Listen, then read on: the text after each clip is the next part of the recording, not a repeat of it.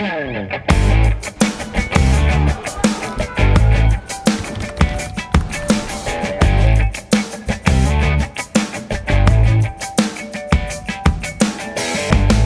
programa de hoje, vamos conversar com a professora na Universidade de Brasília, que atua no Departamento de Comunicação, que é a professora Mônica Nogueira.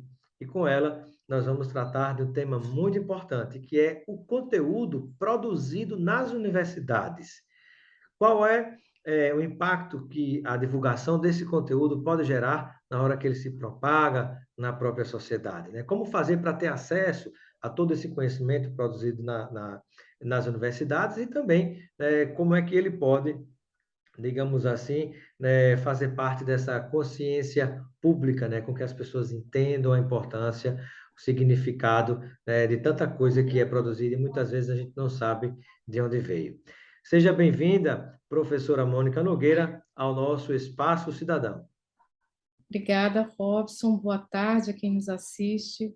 É um prazer estar aqui para falar de um tema tão importante, né, na contemporaneidade, que é a comunicação, sobretudo a comunicação pública. Sem dúvida. Seja bem-vinda, professora, e eu gostaria que nós pudéssemos iniciar, né, a nossa entrevista falando um pouquinho sobre isso, né, a comunicação pública, que é importante, né, feita inclusive pela própria universidade, que é pública, né, que foi um dos temas discutidos na última reunião, a reunião de número 74 da SBPC, que é a Sociedade Brasileira para o Progresso da Ciência, que foi realizada na Universidade de Brasília. Falávamos há pouco disso, né, de como fica evidente a importância da comunicação e as suas interfaces com a produção de conhecimento científico, se a gente olha a programação dessa última reunião anual da SBPC, né? Houve várias atividades entre painéis, mesas redondas, conferências que focalizavam a comunicação, dando conta de demonstrar, né, o quanto que é importante para a promoção da ciência, da tecnologia e da inovação que a gente tenha mecanismos e instrumentos adequados de comunicação para que o conhecimento produzido alcance, afinal, as pessoas em toda a sociedade brasileira e a sociedade internacional, no limite. E esse é um desafio que está colocado particularmente para as universidades, né, que se veem comprometidas em dar tratamento às informações para que elas possam alcançar o cotidiano das pessoas, né? Que as pessoas reconheçam que o seu cotidiano está atravessado por ciência, por tecnologia, por inovação, seja em cada um dos instrumentos que utilizamos, estamos aqui diante de uma telinha, Isso. utilizando o sinal de internet, e tudo isso, todos esses recursos são tributários de esforços, né, de pesquisadoras e pesquisadores na produção de conhecimento aplicado ao desenvolvimento de ferramentas para aprimorar as nossas práticas no cotidiano. Mas tem uma outra dimensão. Melhorar a vida dos seres humanos, né? Que um aspecto interessante, né? Antes da professora, estou lhe interrompendo, mas antes da professora Não, ótimo, é concluir diálogo. né? Um fator muito importante a gente pensar sobre ele é o seguinte: às vezes você está dirigindo um carro, né? A gente está usando um computador, né? Em algum momento essa produção passou pelos bancos das universidades. Às vezes você está usando e não sabe de onde veio aquele conhecimento, a ciência produzida. Às vezes é até mais fácil você perceber quando você fala de tecnologias, né? O celular e tantas outras coisas. Mas há um aspecto importante. Quando a gente vai para a área de humanas, né? De onde vêm os psicólogos, os advogados? De onde vêm as leis? Né? Tudo isso passa pelo banco das universidades. De onde vêm os geólogos? De onde vêm os biólogos? Né? Enfim, os veterinários e tantos outros profissionais, né, professora? Justamente, profissionais e conhecimentos que foram gestados para participar do nosso cotidiano de diversas maneiras. Sim, a tecnologia, o uso cotidiano da tecnologia nos permite compreender a importância da ciência, né, nas nossas vidas. Mas também a produção de conhecimento é importante para a gente fazer leituras de mundo, para a gente gerir processos entre nós, da organização do nosso condomínio a tomada de decisão num comitê de bacia hidrográfica, né? Então, as universidades são produtoras de conhecimento em todas as áreas, né? E igualmente são conhecimentos importantes para o nosso cotidiano, é isso, nos instrumentalizam para diferentes processos, da feitura do nosso café, né, numa máquina de café, no início da manhã, até ao nosso ingresso num ambiente de trabalho em que há estratégias de gerenciamento, divisão de tarefas, fluxos, né, para a formulação do nosso trabalho, na nossa participação política, na reunião do condomínio, na reunião do município, nas nossas relações interpessoais, no autocuidado com o corpo, né, com as dimensões subjetivas da nossa existência. Em todas essas dimensões participa a ciência, né? Nós vamos aprimorando, né, os nossos modos de viver, as nossas interações sociais, a nossa participação num corpo social, também por estarmos permanentemente sendo beneficiados com o avanço dos conhecimentos, né, em diferentes áreas. Sem dúvida, né? E até completando, até na hora que a gente vai dormir, né, professora?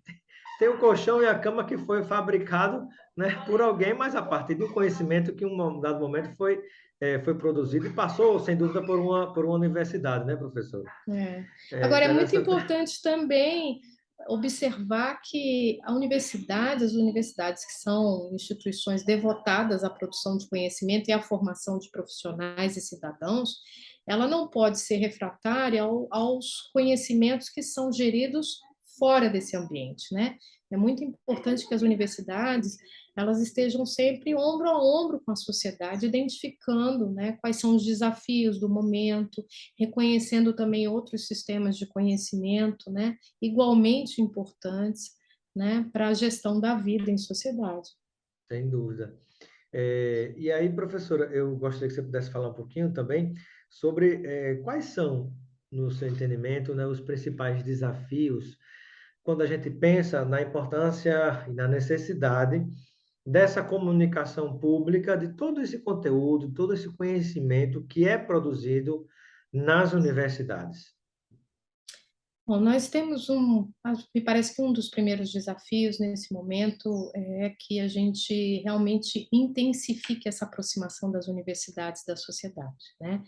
Que a sociedade possa compreender como se dá essa produção de conhecimento, que ela possa perceber a universidade como uma instituição próxima, né, aberta ao seu ingresso, à sua participação, de modo que se possa valorizar amplamente a ciência, a formação em nível superior que as universidades realizam. As universidades são patrimônios públicos, né? São patrimônios da sociedade brasileira.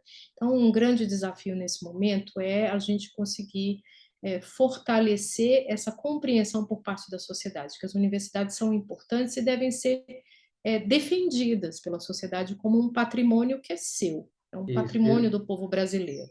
E aí Um você só outro pode desafio, defender e valorizar quando você conhece, né? exatamente. Então, haver um esforço da universidade intensificar essa aproximação, se abrir à sociedade. A reunião anual da SPPC também teve bastante informada, né, por esse desafio, na medida em que houve um esforço de realizar eventos simultâneos como a SPPC Jovem, para trazer jovens das escolas, né, do Distrito Federal, entre Isso. escolas públicas e privadas, para circularem em pavilhões onde estavam sendo demonstrados inventos, resultados de pesquisa, o Dia da Família na Ciência, que também foi um momento no fim de semana em que a universidade se abriu à visitação de pais, mães, crianças, adolescentes, né, para circularem nos ambientes da universidade e assim tomarem a universidade como um espaço próximo, um espaço que é deles, né? Isso é bastante importante. Mas um outro desafio também é a gente seguir investindo em diversificar as nossas estratégias em termos de comunicação, né, para divulgação científica. Né? Hoje a gente tem aí o advento das tecnologias de comunicação que nos permitem chegar à sociedade das mais diferentes maneiras.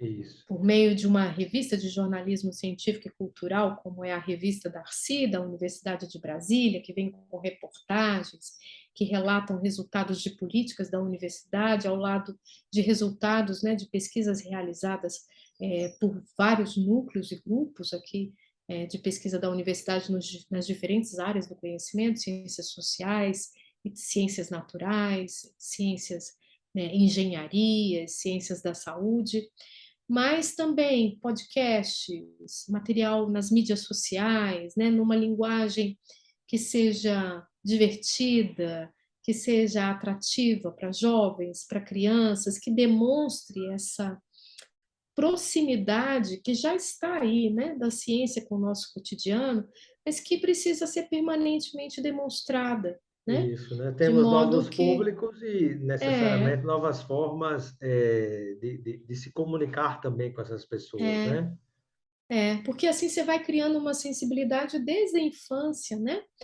Mais do que a sensibilidade, é despertar curiosidade, porque a ciência se faz disso, dessa curiosidade pela vida, né? Então, quando uma criança, um jovem, ele é confrontado, né, com resultados de pesquisa, com uma nova tecnologia, que seja lá o cachorrinho robô, ou com as imagens da Antártida, ali você está despertando esse sujeito, né, para a aventura do conhecimento, para a aventura da pesquisa, né? Então esse é um esforço que a gente deve reiterar, né? Que a gente precisa atualizar permanentemente. As universidades estão bastante comprometidas com isso e já vêm desenvolvendo diversas estratégias para que tenham muitos e diferentes formatos, né, de divulgação científica, né, para levar esses experimentos, resultados, tecnologias à sociedade. Perfeito. Mais algum desafio gostaria de destacar, professora, para levar esse conhecimento, né? Que é interessante, às vezes tem muita coisa boa que às vezes se transforma em algo que está presente no nosso dia a dia, mas às vezes tem conhecimento que morre na prateleira da universidade porque a pessoa não teve a oportunidade de divulgar naquele momento ou transformar aquilo em algo mais prático e concreto, mas não deixa de ter a sua importância, né?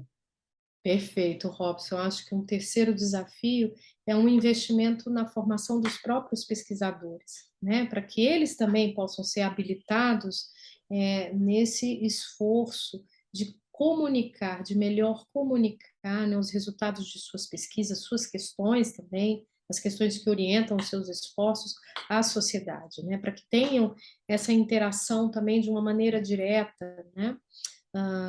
Com os segmentos da sociedade. Então, há que se investir em formação para professoras e professores das universidades, pesquisadores, nesses novos instrumentos para divulgação científica. Há que se investir também nos professores da educação básica. Eles também são grandes agentes de divulgação científica nas escolas, né? Sem Que dúvida. podem se apropriar dos resultados de pesquisas para aplicação em sala de aula e na formação dos seus estudantes, que vão ser futuros pesquisadores, futuros cientistas nas universidades. Sem dúvida. E essa é a relação justamente já da comunicação inserida em um processo de educação, né? Que isso é muito importante, né? É muito importante. É isso que pode nos ajudar a constituir um círculo virtuoso, né? Em que a comunicação ela promove a emancipação na medida em que ela desperta a curiosidade, que ela desperta o pensamento crítico sobre a realidade, instrumentaliza os sujeitos para serem construtores da sua própria trajetória, né? Então, aquelas crianças, aqueles jovens que têm a oportunidade de serem convidados a esse exercício, por professores também interessados pelo que está acontecendo no mundo, quais são as novas descobertas, quais são as pesquisas que estão acontecendo, estão preparando os novos pesquisadores, né? Aqueles que vão seguir para a universidade ou que também vão ser profissionais para atuarem na área de saúde, no direito, na educação, mas profissionais que vão estar sempre despertos, né, para os avanços na ciência, na tecnologia e na inovação, para a importância também da participação na vida política de maneira informada, né, responsável, Para tudo isso serve produzir conhecimento, né? E Sem o dúvida. importante é que todos estejamos engajados nisso, sendo pesquisadoras ou não, né? Como cidadãos, como cidadãs também temos todo o interesse em ver avançar essa dinâmica de interação das universidades com a sociedade. Em algum momento alguém disse que talvez estejamos na era da informação, mas talvez a gente esteja vivendo a era da desinformação. E mais do que nunca, o acesso ao conhecimento ou saber como acessar esse conhecimento pode ser, digamos, uma vacina muito importante para resolver esse tipo de problema das notícias falsas, das fake news, né, que é diferente de opiniões divergentes sobre o mesmo fato. Mas esse tipo de problema que atinge a política, a cidadania, ataca a democracia, né, é só com o conhecimento, né, que as pessoas tendo condição de buscá-lo nas fontes corretas é que vão conseguir solucionar essa situação difícil que a gente vive atualmente, né? Sem dúvida, Robson. No seu comentário, você já faz uma distinção entre informação e conhecimento, né? A gente sofre do que alguns chamam de infodemia, né? Nós temos encharcados de informações todos os dias, né? Mas muitas vezes, para que você possa navegar, né? Nesse mar de informações, muitas vezes contraditórias, que carregam inverdades, né? Que nos ameaçam como sociedade, porque nos confundem, não promovem um debate franco, consequente. É importante que se desenvolva conhecimento. E desenvolver conhecimento é também desenvolver capacidades de leitura, né? Capacidade de leitura do mundo, capacidade de leitura das informações que chegam até nós criticamente, né? O que que eu, como é que eu checo uma fonte, né? Como é que eu me aproprio da informação, né? Como eu também difundo informação, qual é a minha corresponsabilidade, né? Com o meu ambiente de trabalho, de estudo, familiar, né? E então, quando a gente fala em conhecimento, a gente está falando em algo que vai além da informação, que é a, a experiência da apropriação da informação como orientativa da minha conduta, né? Em que eu também me preocupo em saber qual o fundamento da informação, né? Em que eu me corresponsabilizo, né? No meu ambiente de convívio, enfim. E realmente esse é talvez um dos maiores desafios na contemporaneidade para a nossa sociedade, né? Sem É dúvida. conseguir perceber a importância que tem o conhecimento para nos permitir navegar nesse momento de, em que há um excesso de informação e que a gente precisa ser responsável, né, com a gestão dela. Professora Mônica, e qual a relação que a senhora pode fazer, como estudiosa do assunto, professora na área de comunicação, numa universidade tão importante, uma das pioneiras do país, que é a Universidade de Brasília? Eu queria que a senhora fizesse uma relação entre a comunicação, a importância dessa comunicação, e a cidadania. Puxa, essa é uma questão bem importante, porque né, tá bastante relacionada com o que vimos falando até aqui. Veja, para que a gente seja cidadão, cidadã, significa assumir essa responsabilidade pela gestão do comum, né? Pelo espaço que partilhamos na cidade, pelas nossas interações, os protocolos que vamos seguir para garantir respeito de parte a parte, para que possamos ter práticas que sejam emancipadoras, que deem conta de reconhecer direitos, né, e deveres. E, bom, a comunicação é uma peça fundamental nessa mecânica social, né? Porque é por meio da comunicação que não só você transmite, né, diretrizes quanto a esse convívio social, que você pode